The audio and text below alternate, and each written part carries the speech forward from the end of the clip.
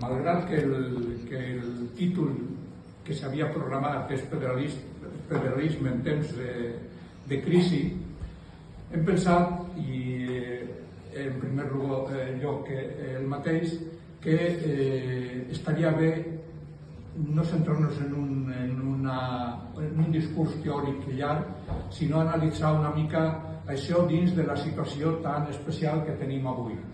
Avui diem avui mateix, però podem dir ahir i abans d'ahir, és a dir, últimament. I en aquest sentit, jo pensava fer-li només una pregunta i donar peu, m'ha acordat això, a que feu preguntes que tinguin a veure amb la situació actual i relacionar també, si és possible, és que serà possible, perquè una de les sortides podria ser insistir en las líneas del federalisme d'esquerres.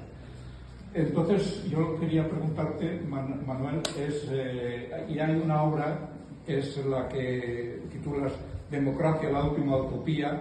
No pone democracia, la última utopía, sino democracia, la última utopía, con lo cual no sabemos si es una pregunta, si es una afirmación, etc.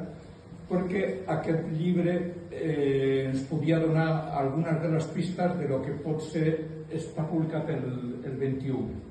Que podia ser la situació actual, què paper o quina és la situació de la democràcia en aquest terreny. He empezado a hablar de castellano y ya vuelvo a catalán. ¿Y qué relación tiene con el federalismo de Esquerra en este momento preciso? Bueno, en primer lloc, gràcies Mariano per la teva presentació, gràcies a Federalistes d'Esquerres per convidar-me, gràcies a tothom per venir aquí. Jo li deia al Mariano que jo soc, o penso, no sempre, soc castellano pensant. I aleshores les coses que faig i que escric les escric en castellà. I aleshores tenir aquest traduïsme crec que no seria, ni trauria agilitat a la meva intervenció. Aleshores, si no us fa res, que segur que no us fa res, jo parlaré en castellà i després cadascú, òbviament, parli el que vulgui. Yo le he sugerido a Mariano y a Teresa el formato de diálogo, o que, digamos, este acto tuviera mucho de dialogado, porque quiero decir que yo creo mucho en el diálogo, en el sentido de que yo soy de los convencidos de que en el diálogo se aprende mucho. Y suelo contarla, bueno, este será un diálogo un poco desigual, porque yo tiendo a enrollarme y por tanto ustedes dirán, sí, diálogo, pero solo hablas tú, pero bueno, ya iré defendiendo la palabra. Yo suelo contar la anécdota de hace unos años, en el programa de la Facultad de Filosofía, se les ocurrió una cosa que a mí me pareció que no tenía mucho sentido, que era importar a la filosofía, al programa de la Facultad de Filosofía, algo que en ciencias tenía todo el sentido del mundo, que era una hora de prácticas. Claro, en un curso de filosofía, una hora de prácticas era un poco raro, ¿no? ¿Qué son las prácticas de filosofía? Entonces había quien hacía lectura de textos y yo hacía diálogos. Y además era con, y esto me importa mucho subrayarlo, era en una asignatura que era Filosofía de la Historia, que se impartía en el primer ciclo, primero y segundo.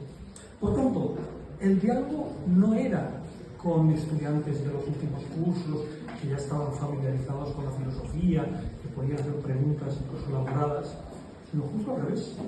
Era con estudiantes que empezaban en esto de la filosofía y que hacían preguntas muy básicas, pero que precisamente por básicas eran muy incómodas.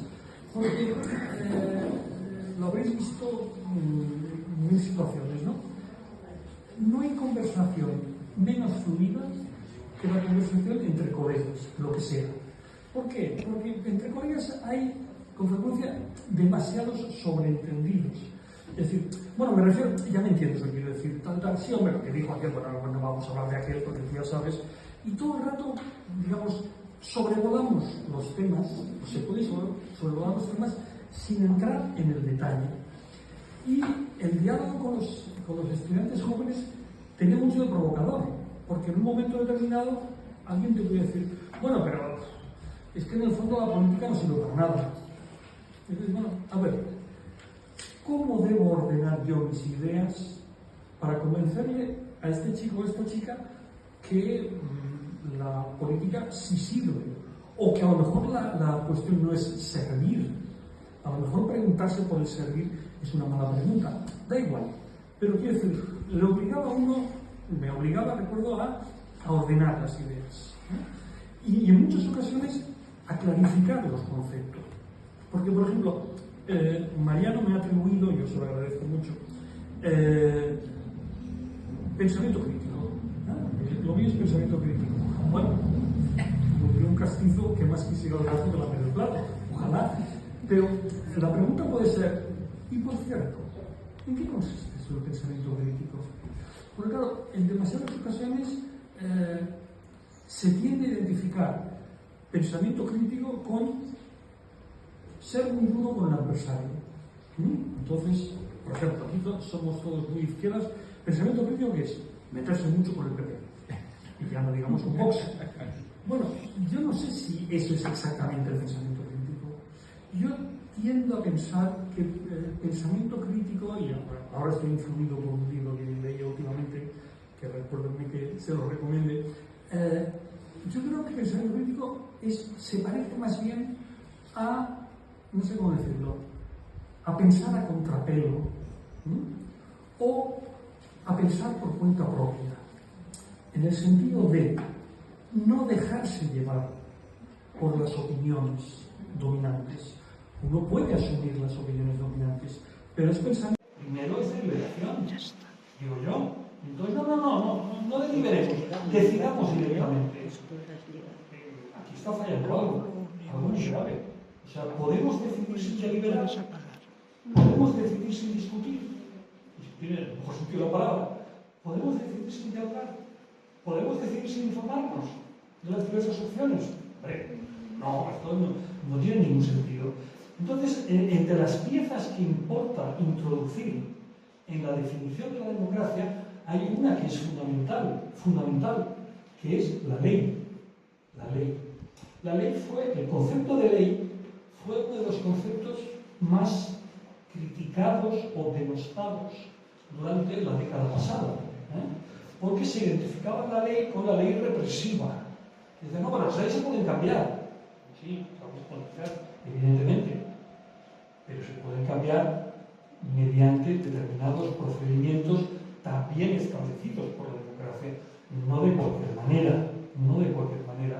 Pero sobre todo una cosa muy importante, es que la idea de ley, luego ya sé, todos sabemos que hay leyes injustas, pero el concepto de ley es el concepto democrático por excelencia. ¿Por qué? Porque lo que caracteriza a la ley, o más que democrático,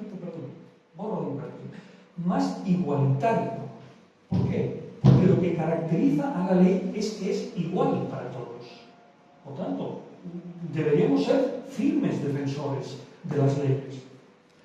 El libro que estaba leyendo estos días, muy interesante, a mí me interesa mucho, la verdad, es de un filósofo israelí-alemán que se llama Boehm, B-O-E-H-M, que se hizo un poco famoso en las últimas semanas porque tenía que pronunciar un discurso en Buchenwald y el gobierno israelí presionó para que no pronunciara el discurso, porque era un israelí crítico con el gobierno de Netanyahu. Entonces maniobró para que no pudiera pronunciar el discurso. Y luego el discurso se había publicado en El País, en el suplemento Ideas. Entonces, él ha publicado un libro que se llama Universalismo Radical. Pero, si no tienen tiempo para leerse el libro, hace poco en la revista Ethic, que es de acceso libre, hay una entrevista con él que un poco resume las tesis más importantes del libro. Entonces, ¿qué es lo que dice ese libro? Ahí establece una hipótesis muy interesante. Conecta los profetas bíblicos, con Kant y luego con los padres fundadores norteamericanos. Y llega incluso a la de Emerson y llega incluso hasta Luther King. Entonces, ¿qué es lo que él subraya? Bueno, en Kant está muy claro. Kant, cuando hablaba de la ley moral, ¿no? Y decía aquella frase tan famosa de dos cosas me parecen maravillosas: el cielo estrellado fuera de mí y la ley moral en mi interior. La ley moral. Bueno, pues bien, lo que dice este hombre, Boyle, es: esto ya está en Abraham. Esto está en Abraham. Dice, y este es el gran mérito de los monoteísmos. ¿Por qué está en Abraham? En Abraham y no en Moisés. Lo haré breve, pero la cosa tiene ya no es un fundamento. Contrapone a Moisés a Abraham.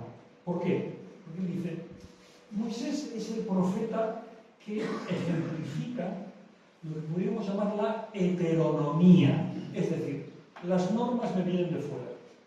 Es decir, Moisés sube al monte Sinaí, se encuentra con Dios, Dios le da las tablas y dice, esto es lo que sabe cumplir, ¿eh? Ahora todos tal. Entonces, como la película de Monty Python, ¿no? Es decir, pues, en vez de 10 mandamientos había 15, pero se rompieron 5, pues para 10, ¿no? Pero, digamos, el creyente Moisés dice, no, yo he de hacer estas cosas porque Dios se lo ha dicho a Moisés. Y si Dios dice que pues, no desearás la mujer, no, pues no se le puede desear. ¿Por qué? Porque viene de arriba, para entendernos. Mientras que Abraham lo que le reprocha a Dios es que le esté obligando a cometer un acto injusto, ¿no? Y le dice Abraham a Dios, ¿cómo puede ser o no puede ser que el que funda la justicia cometa un acto injusto? Es decir, el que funda la justicia a continuación está obligado, él también, a ser justo. Por tanto, y la cosa tiene su gracia, ¿no? La ley obliga a Dios. La ley obliga a Dios. Como diría un castizo, ni Dios se puede saltar la ley. Es el planteamiento. Entonces, la importancia de la ley es esta. La ley es precisamente la garantía de la igualdad entre todos los hombres. La ley. Y para este Boehm o para Martin Luther King, una ley justa no es ley. La ley, por definición, es justa y ya está. Las leyes injustas no son leyes propiamente dichas. Bueno, pues este es uno de los nervios de la democracia. La institucionalización de la democracia y el discurso de la democracia es precisamente la garantía de su buen funcionamiento, que quiere decir de la protección de todos los individuos y del libre ejercicio de los derechos de todos.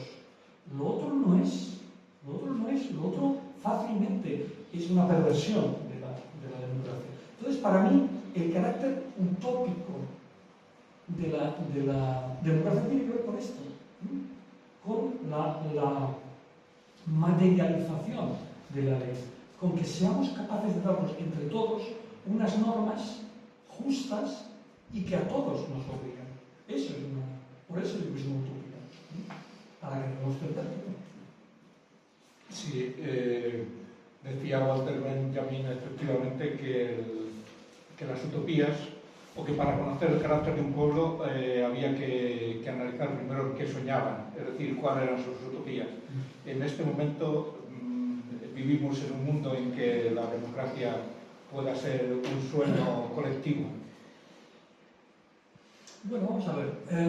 Yo creo que uno de los... efectivamente, es como tú dices, ¿no? O si me permites que lo formule de otra manera, ¿no?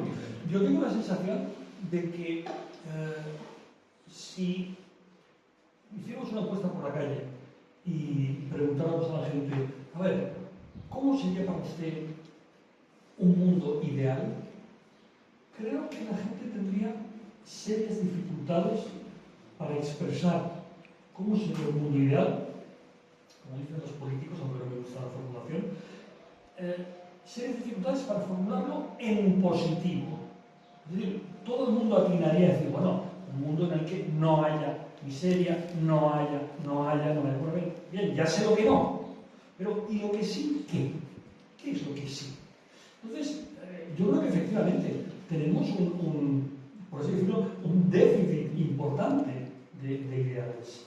Y eso tiene que ver con muchas cosas.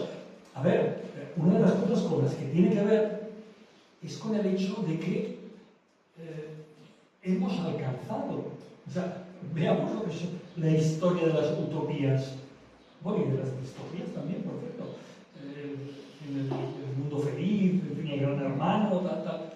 Pero buena parte de lo que en la literatura utópica clásica se presentaba como una cosa fantástica, hoy ya la conocemos, hoy existe, hoy vivimos con eso,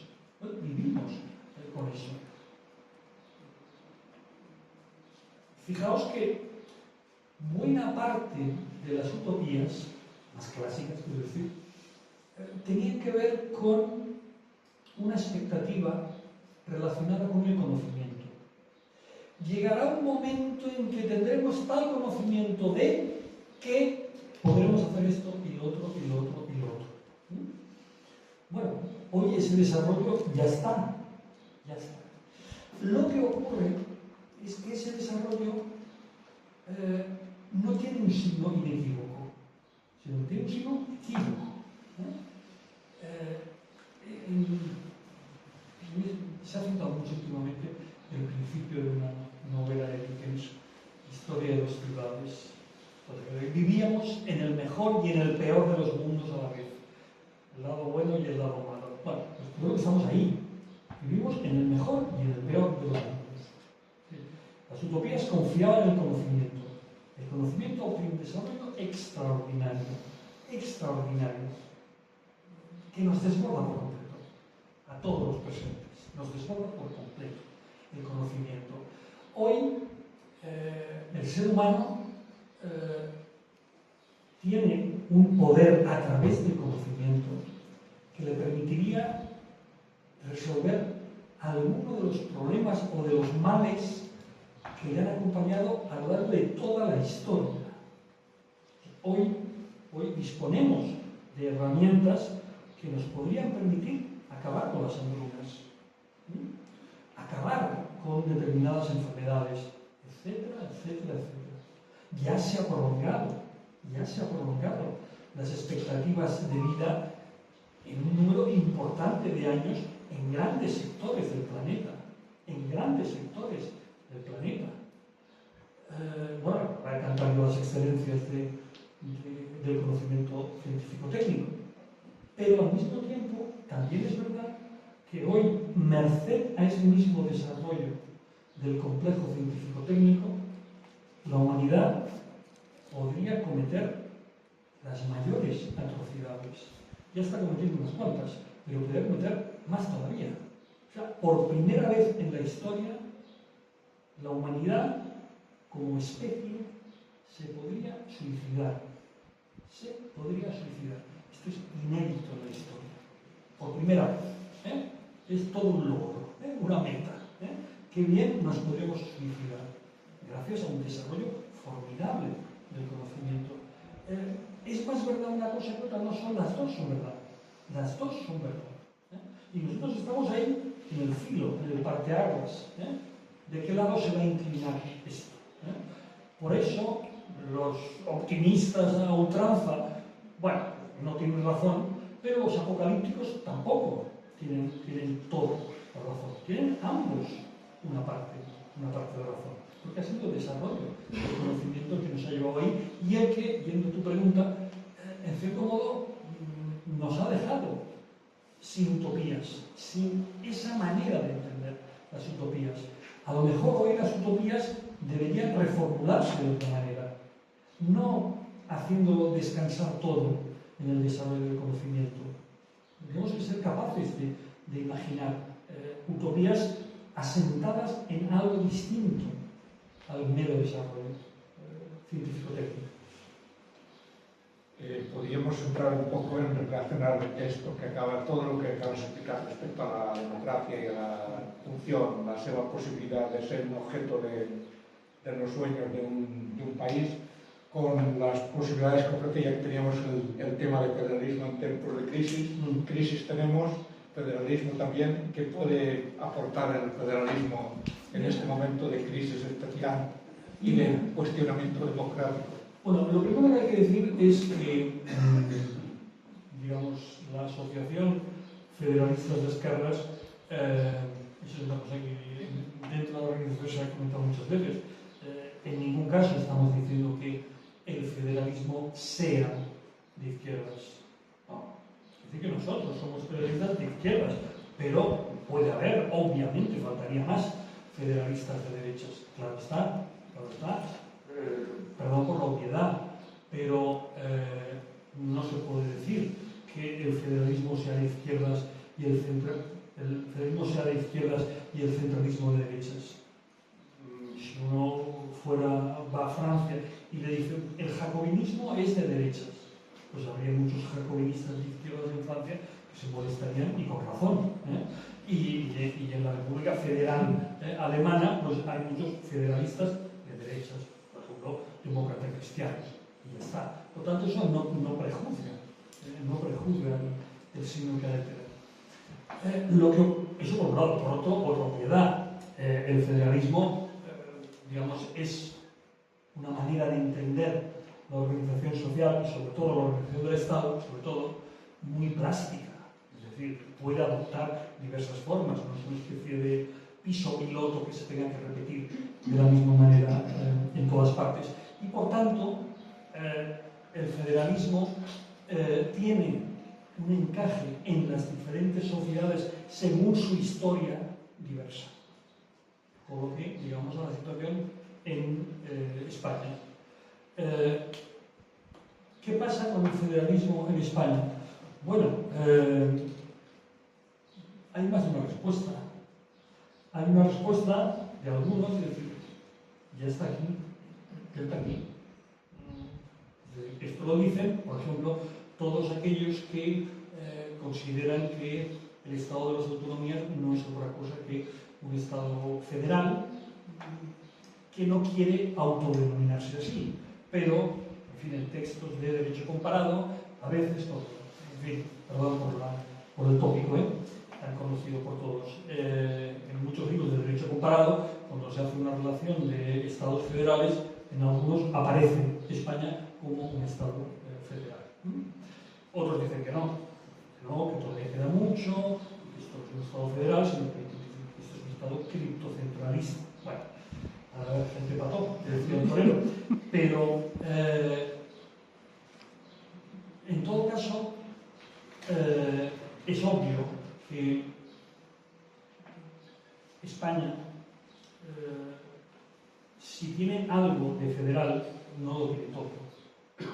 Y de hecho es precisamente por no tenerlo todo, por no haber, culminado el proceso de federalización, por el que se producen determinadas disfunciones.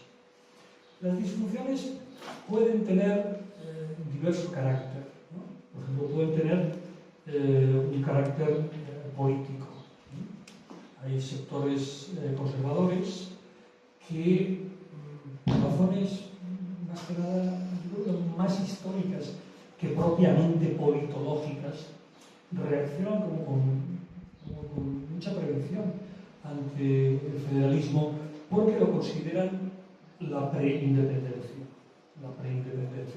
Es decir, no hay más que oír hablar a muchos líderes conservadores para ver esto. Yo creo que, por supuesto, que el federalismo no es la preindependencia, al contrario. Pero creo que la derecha debería hacer una reflexión en profundidad, en el sentido de que también ella es más federalista de lo que cree. Alguna vez, no sé si alguno de los presentes ha estado en esas asambleas, alguna vez en alguna asamblea hemos debatido esto. Y cuando algún compañero o compañera federalista hablaba del PP como un partido centralista, yo la verdad es que me manifestaba en contra. No, el PP no es un partido centralista, ni muchísimo menos. ¿Dónde se ha visto un partido centralista en el que a su secretario general lo defenestran los varones del partido? Eso no es un partido centralista ni nada. Es un partido que tiene evidentemente un régimen de autonomía entre las diversas federaciones, por así decirlo, porque muchas veces en los partidos se habla en términos de federaciones. Y Ayuso nos podrá caer bien, mal, regular, etcétera, por muchas cosas, pero no porque sea una jacobina. O sea, lo que quiere Ayuso es muchas competencias para su autonomía, muchos recursos para su autonomía. No quiere acabar con las autonomías. Eso a lo mejor se lo podemos atribuir a Vox, pero no a Ayuso. Es más, continuamos con las paradojas. Durante mucho tiempo se decía, con razón, el órgano, con comillas, más federal que hay en España es la Conferencia de Presidentes de las autonomías, porque ahí están representados todos los entes federales y en esa condición se reúnen.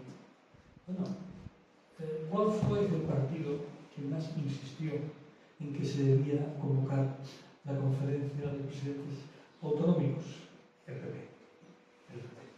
Claro, alguien dirá, hombre, porque son mayoría. Claro, pero es que el federalismo es federalismo, sean las mayorías de derechas o de izquierdas. Lo que no tendría sentido es decir, no hay régimen federal. El único régimen federal bueno es aquel en el que todos los entes federados sean de izquierdas.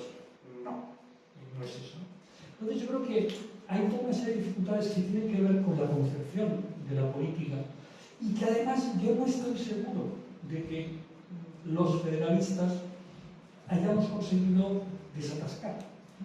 Por ejemplo, por un ejemplo que he dicho públicamente y que le he dicho en un acto al ex ministro de Sanidad y actual presidente de la Generalitat. Yo creo que dejamos escapar una magnífica oportunidad de hacer pedagogía federal en España durante la pandemia. La cogobernanza, lo que entonces se llamó cogobernanza, era cogobernanza federal, era la cooperación entre los diversos entes federales. Era una buena oportunidad para decir, señores, los de izquierda somos federalistas, y significa eso. Eso lo vamos a hacer ahora. Y que a todos ustedes les parece bien la coordinación entre autonomías, eso es el federalismo. Creo que va a ser una magnífica oportunidad que nunca entendí por qué dejamos escapar. Nunca entendí. Y creo que a veces reivindicamos el federalismo casi te decía a destiempo o de una manera poco inteligente, ¿no? Es decir, yo creo que, pongamos por caso, el llamado régimen de financiación singular para Cataluña, ¿no? Lo primero que hay que hacer es explicarlo. Y una vez explicado bien, decir, esto es federal. No al revés. No decir que es federal antes de haberlo explicado y cuando todos tus interlocutores están de unos. Porque entonces le haces un flaco favor al federalismo. Yo ahí creo que, bueno, él me ha dicho que era crítico, por tanto, me tocaba ser crítico y decir alguna cosa a contrapelo de lo que se dice. Yo creo que ahí se han producido discusiones importantes, ¿no?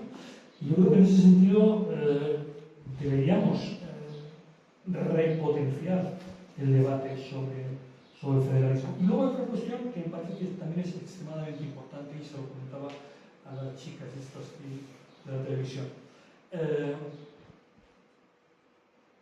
Tiempos de polarización y de polarización crispada no son los mejores para el federalismo. Yo alguna vez he dicho, Y en fin, me van a permitir que lo diga así porque, en fin, digamos que estoy modestamente orgulloso de la frase, porque es mía, que el federalismo es la forma política de la fraternidad. El federalismo es la forma política de la fraternidad. Poca o mala fraternidad puede haber en tiempos de polarización. Poca o mala fraternidad, ¿no? Y ese, por cierto, también es un tema, dicho sea de paso, que comenta este Boehm cuando habla de la universalidad o cuando hablamos de la empatía. ¿Con qué ligereza hablamos siempre de la empatía? Y al final sí, empatía pero con los nuestros, con los otros no. Con aquellos a los que odiamos, por definición, no tenemos nunca ninguna empatía. Tenemos empatía con los que de alguna forma están cerca de nosotros. Porque, digo, se trata de ser crítico y de ser revulsivo, ¿no? Si alguien que se muy de izquierdas le dijéramos, tendrías que tener un poco más de empatía con los de Vox. Ya os podéis imaginar la cara que se iba a poner. Bueno, el desafío de la universalidad tiene que ver con esto. Tiene que ver con esto. La universalidad es ser capaz de reconocer la condición humana compartida, la dignidad humana compartida por todos. Eso es muy complicado, eso se pone muy cuesta arriba. Yo he dicho ahora esto de Vox, pensemos en situaciones como las del País Vasco, situaciones como ahora Gaza, Israel, tal, es decir, pensemos los problemas reales, pensemos por sociedades que han pasado por traumas, hay muchas. ¿Cómo pensar ahí la dignidad, la empatía, la universalidad? Ahí es complicado.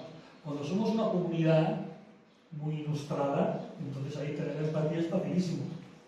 Va de suave que diría un pedante. Pero cuando ha habido conflictos, cuando ha habido mucho dolor, cuando ha habido mucho sufrimiento causado por otros, decir, no, la dignidad de todos, la empatía con todos, eso, la dignidad de todos, se hace más cuesta arriba, pero eso es perfecto. Uno de estos temas también es el tema de las emociones, que tiene mucho que ver con lo que acabas de decir ahora. Y suelo defender que las emociones no son muy propicias al diálogo, a no ser que se introduzca un elemento de racionalidad en ellas. ¿Sabes? Y creo que es uno de los temas que quizá están presentes en la situación política que estamos viviendo también más concretamente. Sí, política y social. A ver, lo primero que hay que decir es que la contraposición entre razón y emociones, la contraposición rotunda, es una contraposición artificiosa. No existe alguien que fuera pura razón, sería casi un desalmado, alguien sin alma. O sea, claro que nuestra razón en alguna medida viene cargada de emociones. Por ejemplo, nosotros decimos que alguien simpatiza con determinadas ideas. Es una afirmación que tiene casi un oxímoron, ¿no? Bueno, son ideas que tienen que ver con la simpatía. No, pero que hay una carga afectiva hacia determinadas ideas, hacia determinados planteamientos.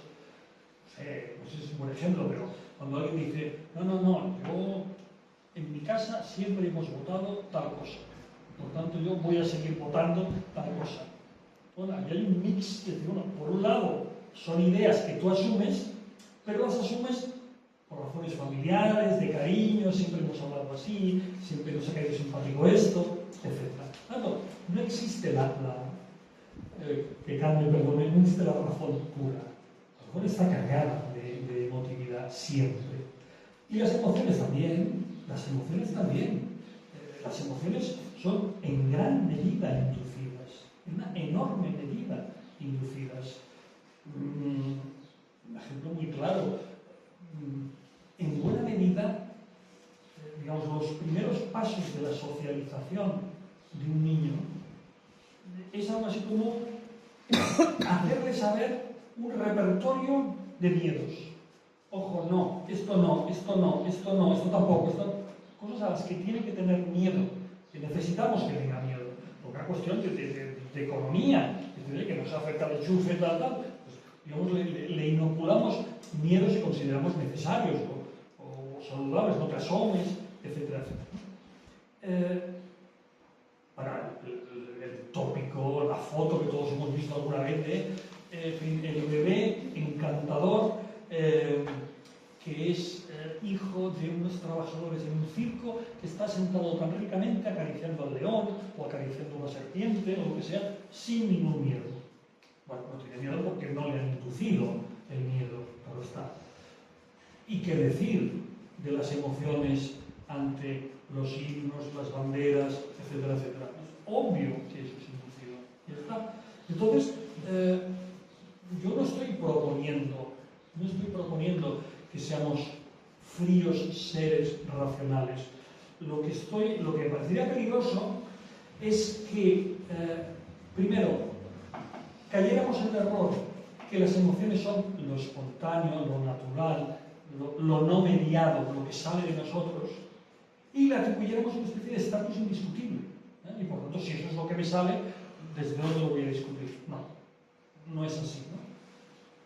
Pero además, sobre todo, es que si no aceptamos la dimensión inducida, potenciada de las emociones, no hay diálogo posible. Es decir, alguien que se emociona por una cosa, alguien que se emociona por la contraria.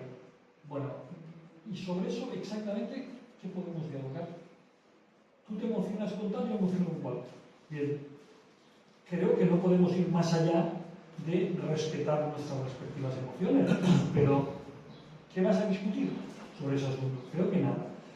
El problema, el proceso social, es que estamos viviendo una época en la que a eso, a los sentimientos, a las emociones, le estamos concediendo una entidad y una autoridad que puede llegar a ser, que puede dar lugar a situaciones muy complicadas. Hay una frase que a mí me gusta repetir, ¿no? Y es: los sentimientos no fundan derecho.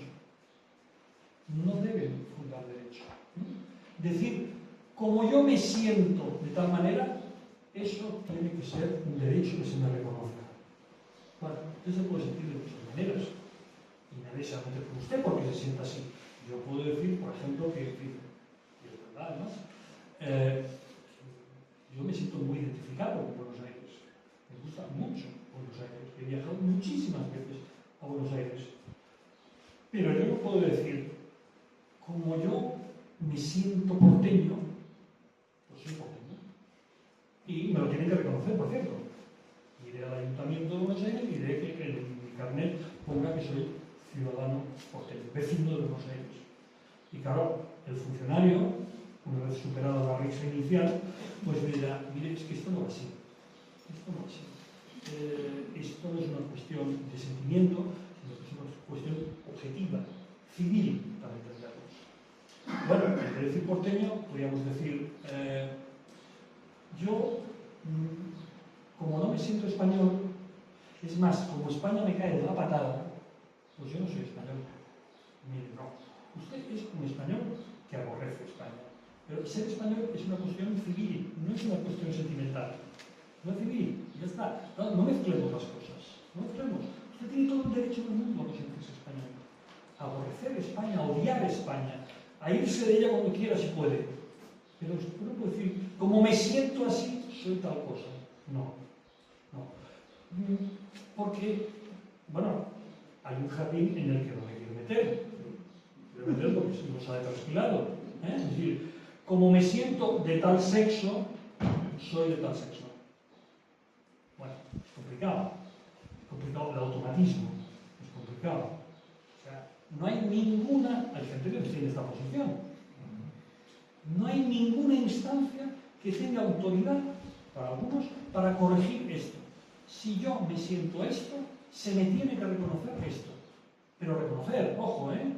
O sea, en mi DNI tiene que poner eso que yo me siento. Y la biología, nada. Y la psicología, nada. Y la psiquiatría, nada. La pedagogía, nada. Me siento y eso, me siento tal cosa y eso funda derecho. Hombre, es complicado, es complicado. Pero insisto, puede haber ámbitos más allá de lo personal. Supongamos, los colonos israelíes que han ocupado territorios palestinos, pues es posible que la próxima generación, los hijos digan, yo es que me siento que este territorio es un territorio israelí. Siento, y ya está, y por tanto, esto es el Estado de Israel. Y bueno, pero es que hay una cosa que es la historia, hay una cosa que es el derecho internacional, hay instancias que todos, porque si no, si fuera solamente eso, bueno, digo Israel, podríamos decir, que sé, zonas de Ucrania, perfectamente, lo hemos invadido, esta zona rusófona, tal, pues dentro de 4 días yo me siento tal, ergo, ya está. Hombre, si funcionáramos así sería un retroceso cultural brutal. Y sin embargo nos hemos acostumbrado a que esa instancia se haya introducido, insisto, como la instancia última, como la instancia más allá de la cual no tiene caso ir. Nadie tiene derecho a ir. ¿Me vas a discutir tú cómo yo me siento? Pues ya está. Bueno, no, yo no te voy a discutir cómo te sientes. Lo que yo sí te puedo discutir es el reflejo material que tú quieres que tenga tu sentimiento. Eso sí te lo puedo discutir. Hemos pasado una hora ya, habíamos dicho de que, dadas las circunstancias, íbamos a dar desde casi el principio. Te pones a hablar y yo creo que sí, porque debajo de todo lo que nos has explicado estamos intentando recomponer la situación de la crisis actual, que parece que era el motivo de este cambio de titularidad. Queda abierto a vuestras preguntas. Pueden ser directamente mucho más concretas que el planteamiento global que hemos escuchado, que me parece. No, jo diria com en aquest moment es pot dissociar la raó i el sentiment respecte del que estem visquent aquí en aquest moment. No? El que estem visquent d'aquestes barbaritats que ens arriben i tot això que no deixa d'impressionar-te i que no deixa de produir molt desencant. Bueno, este sería, por ejemplo, algo que me he olvidado de decir y que te lo agradezco. En muchas ocasiones, las emociones pueden tener esa dimensión positiva de ser movilizadoras. Quiero decir, porque son emociones evidentemente cargadas de contenido. Quiero decir, es porque tú le estás atribuyendo dignidad a todos los seres humanos, por lo que te parece insoportable la situación de los niños que se están muriendo de hambre en Gaza. Si no tuviéramos este planteamiento, si viviéramos en una época en la que, por ejemplo, a un ser humano de raza negra se le disecaba y se le llevaba a un museo y lo dejamos ahí expuesto, si estuviésemos en esa época, esa emotividad no se movilizaría, como no se movilizaba en el pasado. Cuando Aristóteles decía en su famoso pasaje que los esclavos no entraban en toda la categoría de seres humanos, pues ahí obviamente no había ninguna emoción, ninguna. Entonces, a los esclavos, pues, por ejemplo, se les podía apalear. Exactamente igual que apaleabas a un burro de carga. Exactamente igual. Es porque hemos incorporado estas emociones a nuestra visión del mundo por lo que las emociones pueden tener una dimensión movilizadora que a lo mejor no tendría, bueno, lo sabemos perfectamente, que no tendría el mero dato. Cuando un ejemplo cotidiano, ¿no? Cuando nos dicen, los bombardeos tal han asolado un territorio, una zona de Gaza equivalente a la provincia de Girona. Bueno, bien. Cuando de pronto te sacan a una persona que dices que no tengo dónde ir, es que aquí era mi casa y no hay nada, en fin, no tengo que darle de comer a mis hijos, tal. Entonces, no tienes la sensación solo de que te estás emocionando, tienes la sensación de que estás entendiendo la magnitud del drama. Y en ese sentido es conocimiento. No sé si es contestado. Sí, bueno, yo iba un poco más allá. Y era con relación a las últimas noticias respecto a todos los temas de corrupción y tal que nos dejan a todos como muy preocupados. Además de... Sí. Lo que pasa es que en ese tema, que es un tema absolutamente básico, yo creo que hay algo que tiene que ver con lo que comentaba al principio de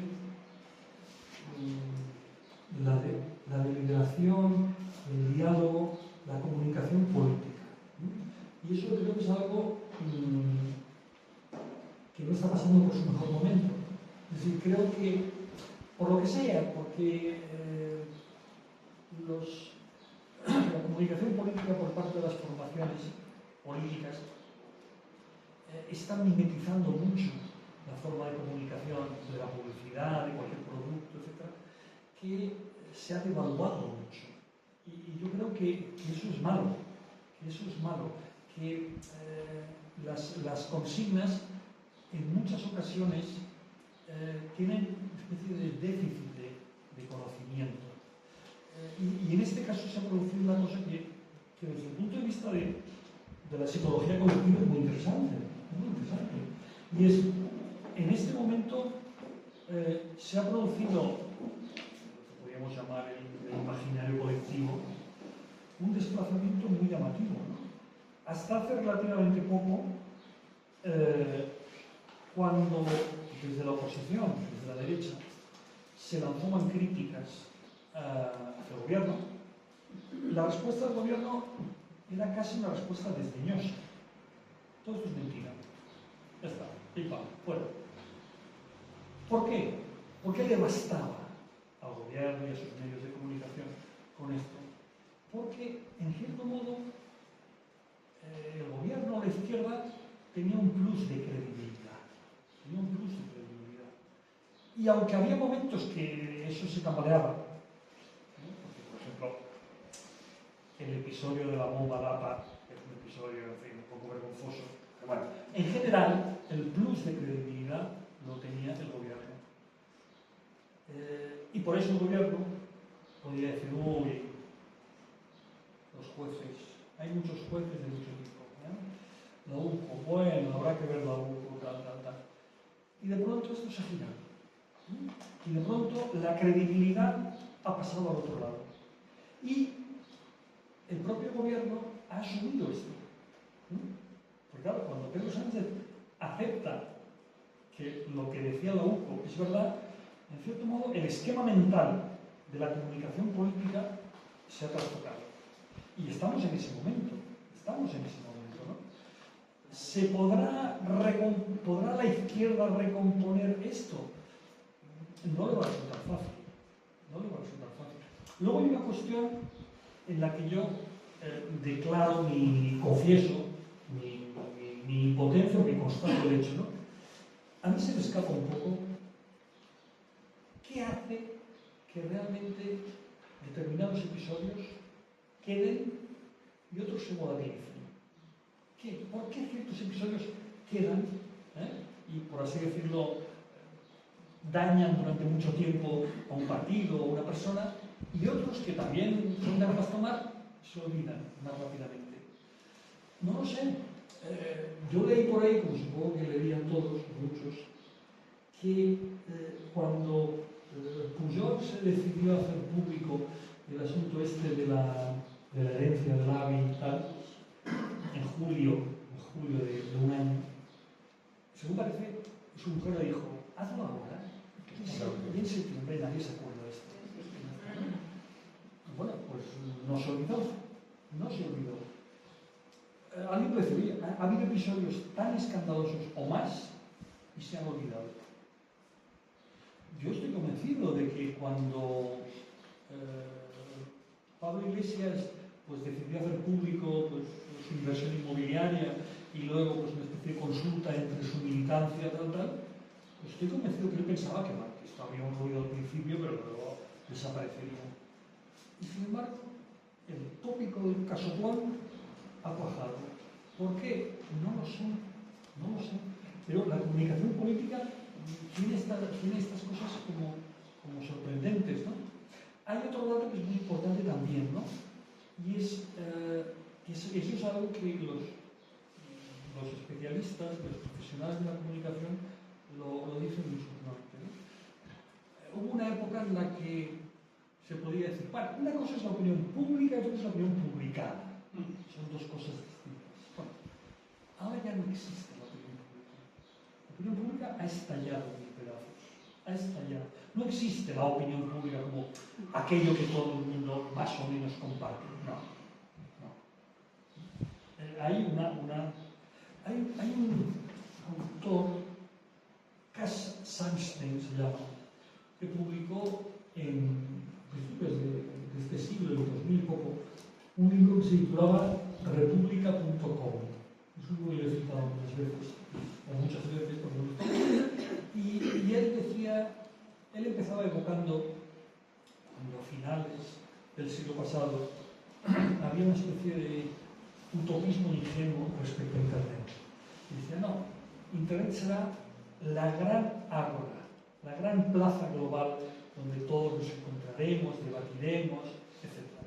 Y él decía, bueno, ese designio no se ha cumplido y ahora, y él utilizaba una expresión muy de la época, pero que la podemos traducir a lo que se les ocurriera fácilmente, decía, lo que ahora hay es una ciberbalcanización.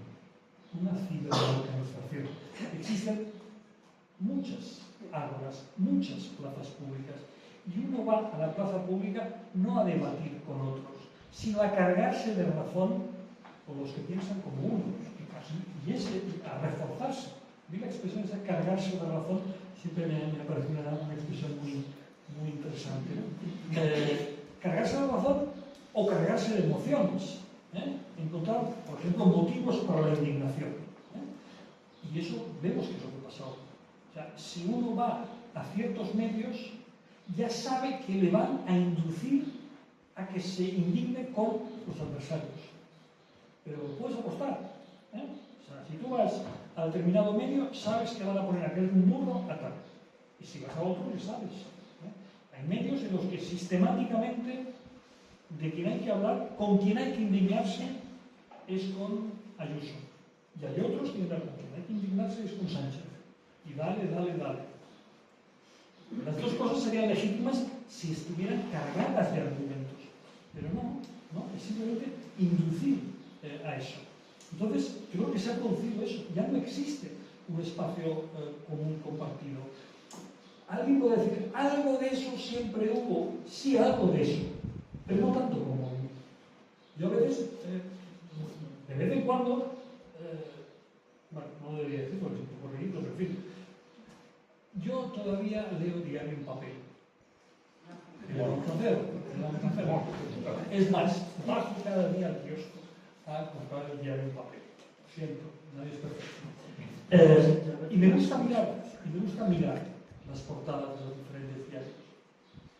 Y hay días que pienso, si aquí llegara un extraterrestre, pensaría, los diarios son todos del mismo planeta, no son de planetas diferentes. Porque puede ser que lo que vaya en portada a 4 columnas no tenga nada que ver el uno con el otro.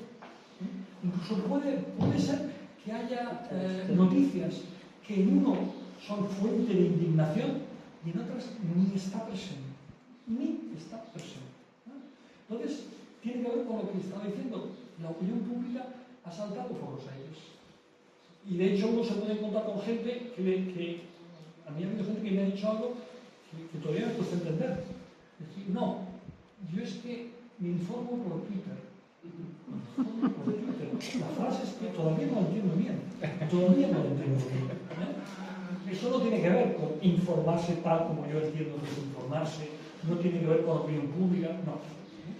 Y eso yo creo que está dañando de una forma muy importante, digamos, está más que engrasando, desengrasando la vida social.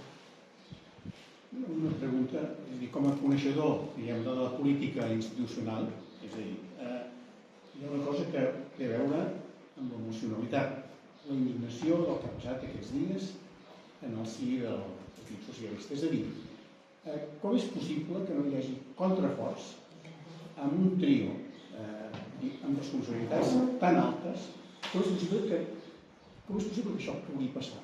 Perquè, clar, la repercussió d'una praxi de tota aquesta patoleia influeix no en la indignació, sinó en la desmoralització d'una societat que està en risc de perdre, per justament la democràcia formal tal com l'hem coneguda, i derivar cap a autocràcies, vull dir que fan por a tota Europa, però aquí també podria passar. És a dir, com és possible que, què passa que en els partits no hi hagi aquests contraforts?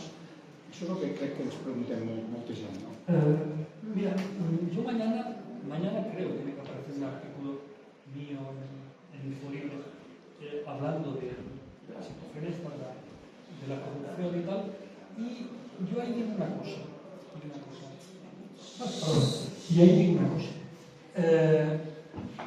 Últimamente todos nos hemos preocupado mucho de que determinados partidos políticos, los dos grandes partidos políticos verdaderos, estaban ocupando así con K, ¿no? Están ocupando las instituciones. Y cada uno le reprochaba al otro de alguna manera la ocupación de alguna institución. La izquierda decía, la derecha estáis ocupando el Tribunal Supremo, la derecha decía estáis ocupando el CIS, Televisión Española, tal. Y es verdad que es un problema ocupar las instituciones en vez de que las instituciones puedan servir para todos. Pero nos hemos entretenido tanto criticando la ocupación de las instituciones que nos hemos olvidado de criticar una ocupación previa, que es la ocupación de los partidos políticos. De los partidos políticos que fueron diseñados para recoger las inquietudes, los malestares, las reivindicaciones de sectores de la ciudadanía, darles forma política, ideológica, convertirlas en propuestas, en visiones del mundo, etc., han dejado de ser esto y se han convertido en herramientas al servicio de la dirección de los partidos.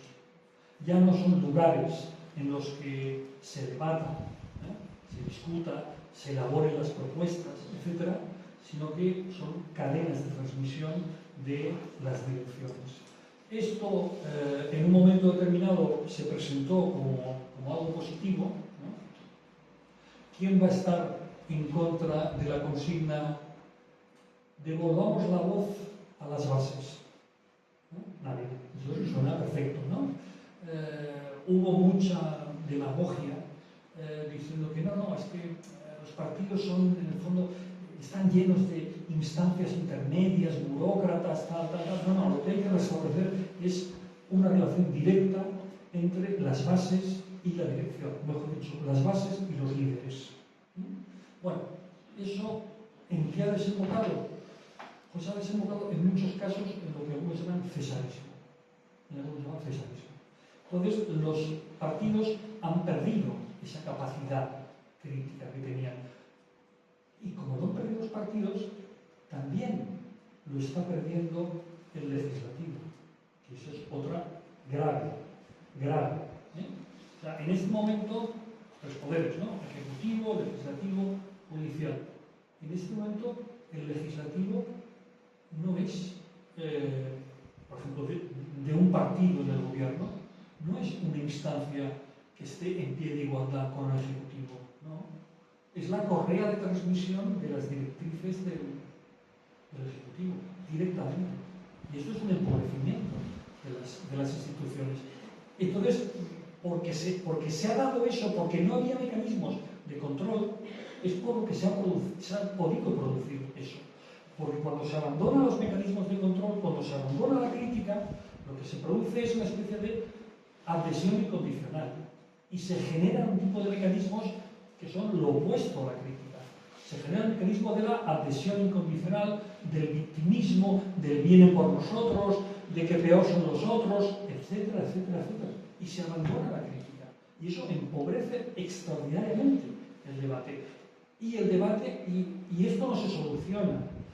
Sería esconder la cabeza debajo del ala y decir, bueno, manzanas podridas. No es cuestión de manzanas podridas. Porque si decimos manzanas podridas, quiere decir que apartamos esas 3 manzanas podridas y que todo continúe igual. No, eso no es. Hay que emprender reformas de muchos tipos dentro de los partidos y en relación con la sociedad. Por ejemplo, bueno, ¿cómo puede ser que empresas que han estado acusadas de prácticas, de malas prácticas, de prácticas corruptas en su relación con la administración, se puedan seguir presentando a concursos y a licitaciones? Lo menos que se podía pensar es, bueno, si una empresa incurre en esas prácticas, la administración dice, no, con usted no voy a tener tratos. Pues siguen. Pues había lo visto en televisión, Acciona, hay un montón de años trabajando con diversas administraciones. ¿Qué ha pasado ahí? ¿Qué ha pasado ahí? Es decir, ¿por qué las administraciones no han intervenido en eso?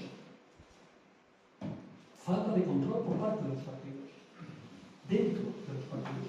Y eso nos debería llevar a una severa reflexión. Y creo que en este momento, lo digo tal cual en el artículo, pues no importa repetirlo aquí. En este momento, si de verdad nos creemos que hay legislatura para rato y hasta el 2027 no habrá elecciones, discutamos durante un rato de qué ha pasado para que pueda ocurrir esto. Cuando estén cerca las elecciones ya hablaremos de Vox, ya hablaremos del PP, pero no sé si ahora es la hora de distraernos hablando de Vox y del PP y dejar de hablar de lo que hemos podido hacer mal. Mi opinión es que no es hora, que ahora hablar de Vox, del PP o de que el PP no tiene autoridad moral para criticar la corrupción. Como dicen los castigos en Madrid, no te jode, ya lo sabemos. Claro, eso ya lo sabemos perfectamente. Ya lo sabemos, no hace falta que me recuerde usted a Coutet. No lo sé. Si yo no voy a votar nunca al PP. Sí, ese no es el problema. El problema es por qué nos ha pasado esto. Y no nos ha pasado porque estuviera Gürtel antes, ni porque pueda venir Vox. Nos ha pasado porque nosotros hemos hecho algo mal. Y si no somos capaces de plantearlo, pues podría volver a ocurrir inmediatamente. Hay algo muy fuerte, muy grave, que nos debería preocupar muy severamente. El gobierno del PP, de Mariano Rajoy, cayó precisamente por la corrupción. Y hoy nos enteramos de que muchas de esas prácticas corruptas empezaron al día siguiente. Exagero, pero para entender, al día siguiente. Si eso no nos debe preocupar, es que algo está fallando en nosotros mismos. Y si consiguen distraernos ahora, hablándonos del PP y del Vox, es que nos lo tenemos merecido. Cuando preparaba la presentación, pensaba que diría que eras un intelectual comprometido en la política sin miedo ninguno. Lo estás demostrando ahora. Algo que se me ha aprovecho, pero bueno. Dejemos a Tony que pregunte. Sí, yo como ha salido a hablar la autoría, pues me acojo a ella y imaginemos que el ciudadano Manuel Cruz encuentra por la calle y le pregunta cuál es mi mundo ideal. Y le encantaría, porque daría pie a un diálogo largo. Pues para mí el mundo ideal, y fíjate lo que te daría pie a que pudieras entablar ese diálogo, ¿no? El individuo sería el individuo y esa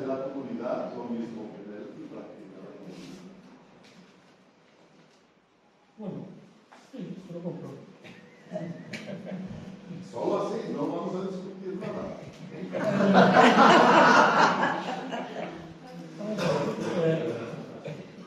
Mira, yo creo que efectivamente, si eso ocurriera, efectivamente estaría muy bien. Yo creo mucho creo que hay algo que en algún momento aparcamos pensando que era una central y que tenemos que volver a recuperar. Y es, creo que hemos de ser capaces de reconstruir algo parecido a el progreso moral. Creo que deberíamos ser capaces de pensar en que lo utópico en este momento es el progreso moral.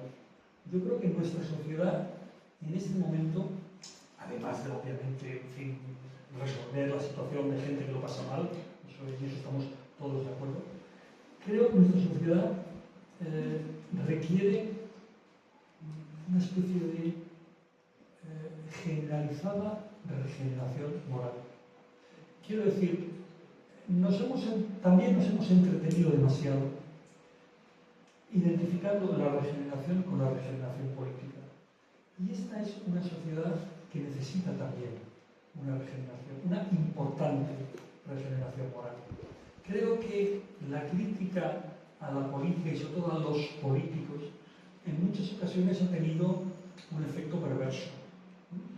Los políticos han servido como chivo expiatorio que asumía todos los defectos y todas las maldades y liberaba al resto de ciudadanos de cualquier hipotético reproche. Y eso es malo. Eso es malo. Eso es malo. A mí una de las preguntas que cuando empecé en esto y por tanto era novedoso, profesor de filosofía, va en las listas, tal. Pues una pregunta que repetían muchos los periodistas era: oiga, ¿y usted que viene de un mundo académico, abstracto, de las ideas, tal, cómo se siente este mundo de la política, en fin, donde todo son traiciones y tal? Y yo decía, mire, los navajazos que yo he podido ver en un grupo parlamentario son un juego de niños comparados con los que he visto en los departamentos universitarios. Y que en los departamentos universitarios dicen presas, etc. Estás a quitar la idea de la universidad. Pero quiero decirte que eso lo hemos de asumir, precisamente porque lo que necesitamos es eso, es una regeneración moral. Y por eso a veces se cometen como errores un poco de ingenuidad inaceptables, ¿no? Esta cosa de para purificar a la política hemos de traer gente de fuera de la política, como si el hecho de ser un independiente, es decir, el no estar en un partido, garantizara, pues no garantiza nada, no garantiza absolutamente nada, como si el no ser político o no ser militante fuera garantía de una superioridad moral. Absolutamente falso, absolutamente falso. Entonces yo creo que ahí tenemos un trabajo. Que esto puede parecer así como insuficiente. Mira, yo a veces, cuando ponen esas casualidades, no sé, vas en el AVE, ponen una película, tal, y ponen, es una cosa más una película japonesa, que uno como viene con los vicios del cine norteamericano, de los buenos y los malos, tal, de pronto en muchas películas japonesas todas las personas que aparecen son buenas. Todas las que aparecen son buenas. Y a mí me sorprende mi sorpresa. Me sorprende mi sorpresa. Entonces, si fueras tú el encuestador y me preguntaras a mí qué sería un mundo ideal, tal, pues para mí un mundo ideal se debería parecer a eso, ¿no? Un mundo en el que pudiéramos soñar con el progreso moral y en el que la gente fuera buena. Y el que la gente, por ejemplo, le saliera espontáneamente querer, supiera querer. Y ya no digo supiera amar, ya ni te cuento supiera amar. Cuando uno ve hoy el empobrecimiento con el que mucha gente joven, habla del amor, de lo que espera del amor, de lo que espera de las relaciones personales, se le caen los palos de los brazos. Esto es un empobrecimiento. Esto es un empobrecimiento colectivo enorme. ¿Eso tiene algo que ver con la política? Claro, ¿no? Para que eso se pueda producir hay que crear condiciones de todo tipo.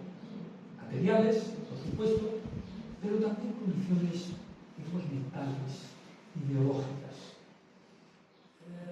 ¿Cómo vas a hablar del amor en una sociedad polarizada?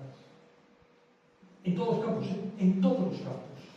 O sea, no solamente en el campo de la política, no, en todos, en el ámbito deportivo, por ejemplo. Es una sociedad que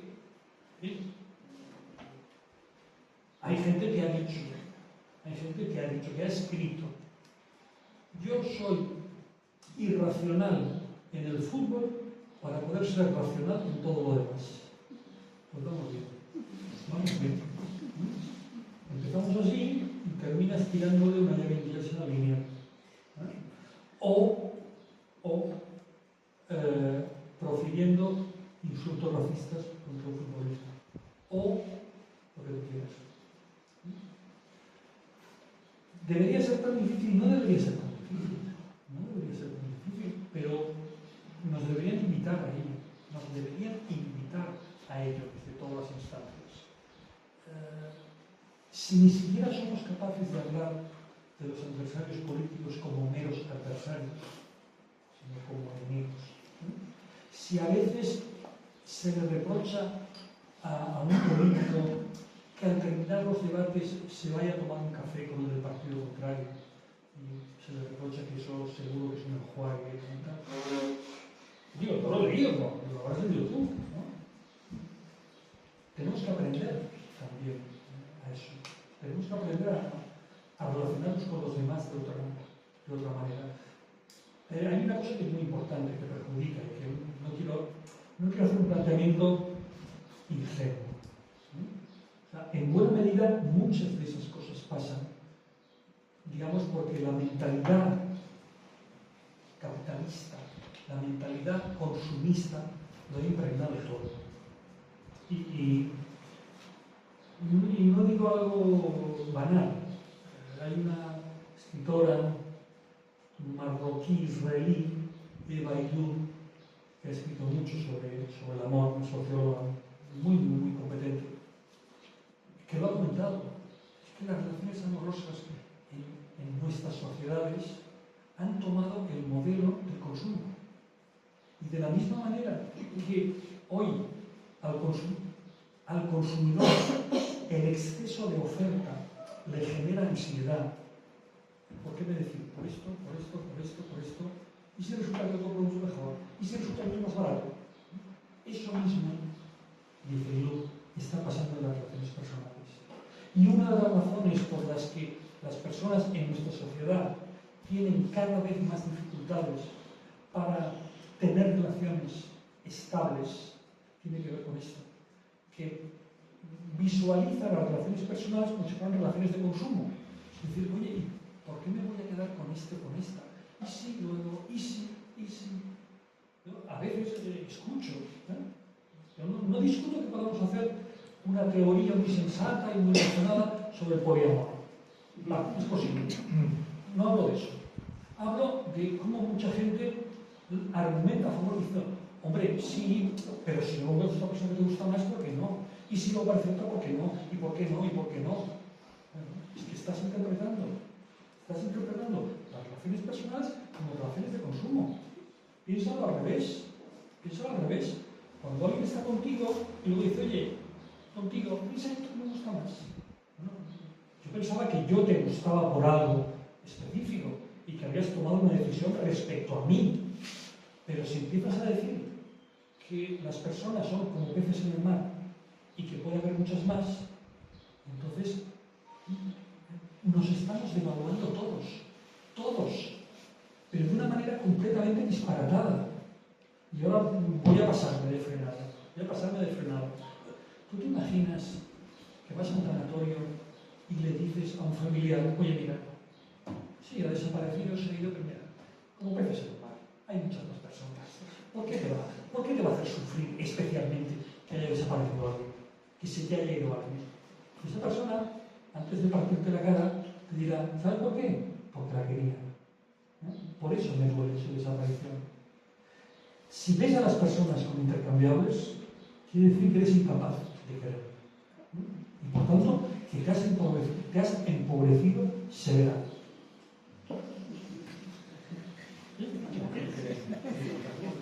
Última palabra, por citas, si es posible, pregunta y respuesta.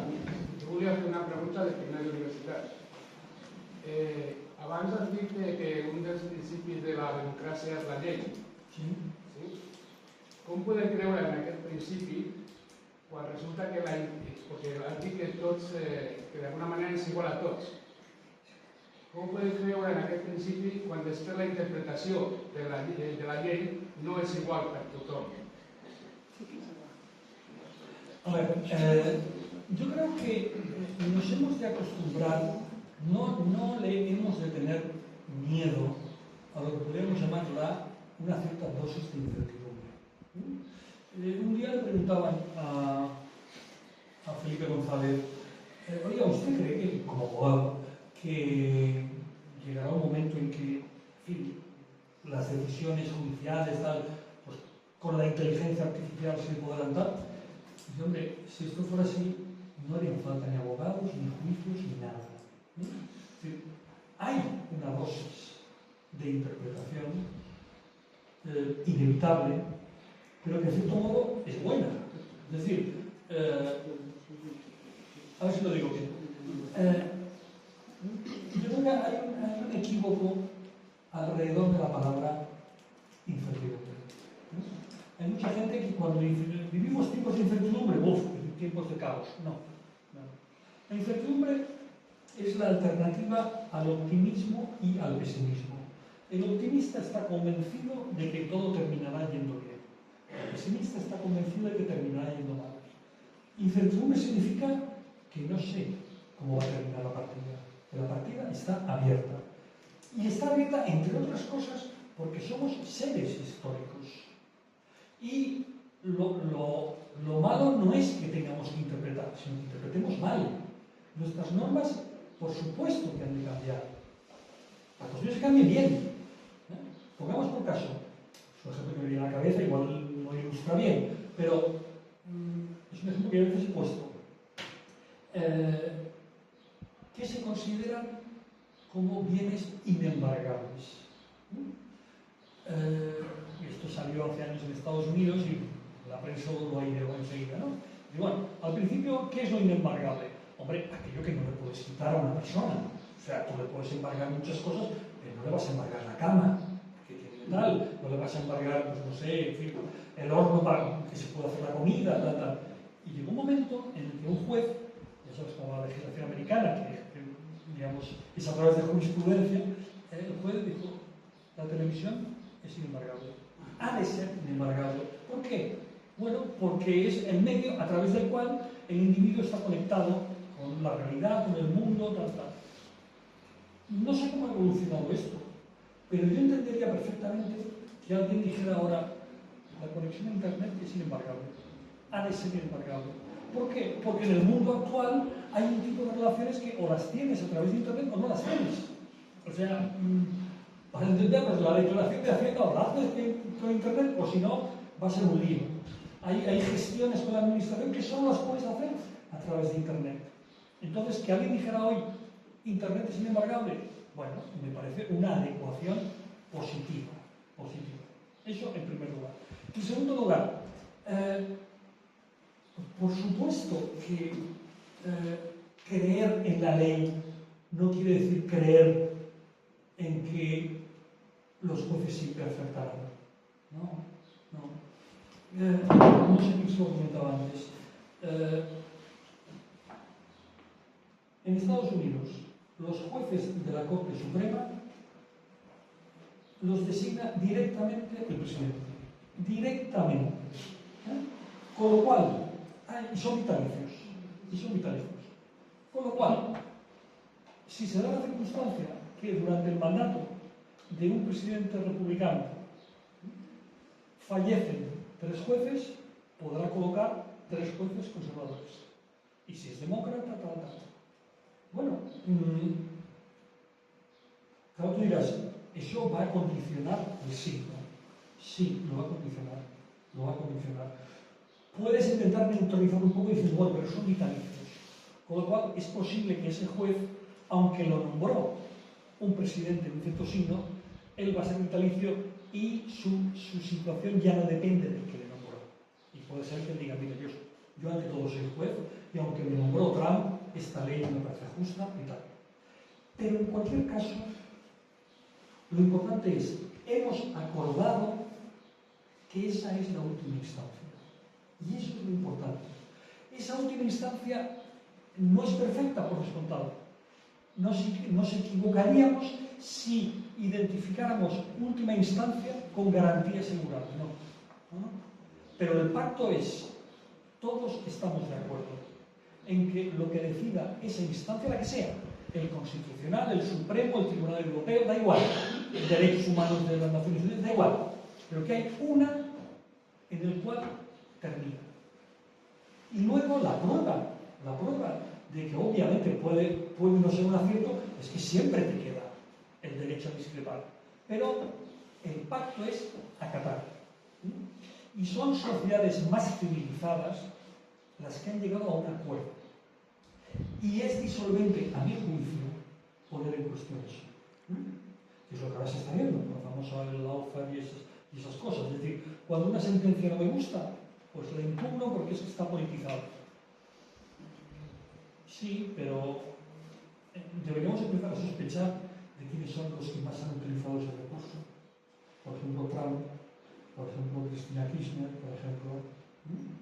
Deberíamos empezar a sospechar, ¿no? Entonces, ¿que podemos tener reservas? Sí, pero es que no hay alternativa mejor. O las alternativas que se han planteado son inequívocamente peores. Y termino con esto. En cierta ocasión, no voy a decir el nombre, una líder emergente de Barcelona dijo: desobedeceremos las leyes que consideremos injustas. Y claro, a continuación, un colega de otro partido le dijo: ¿y quién decide que una ley es injusta? Tú.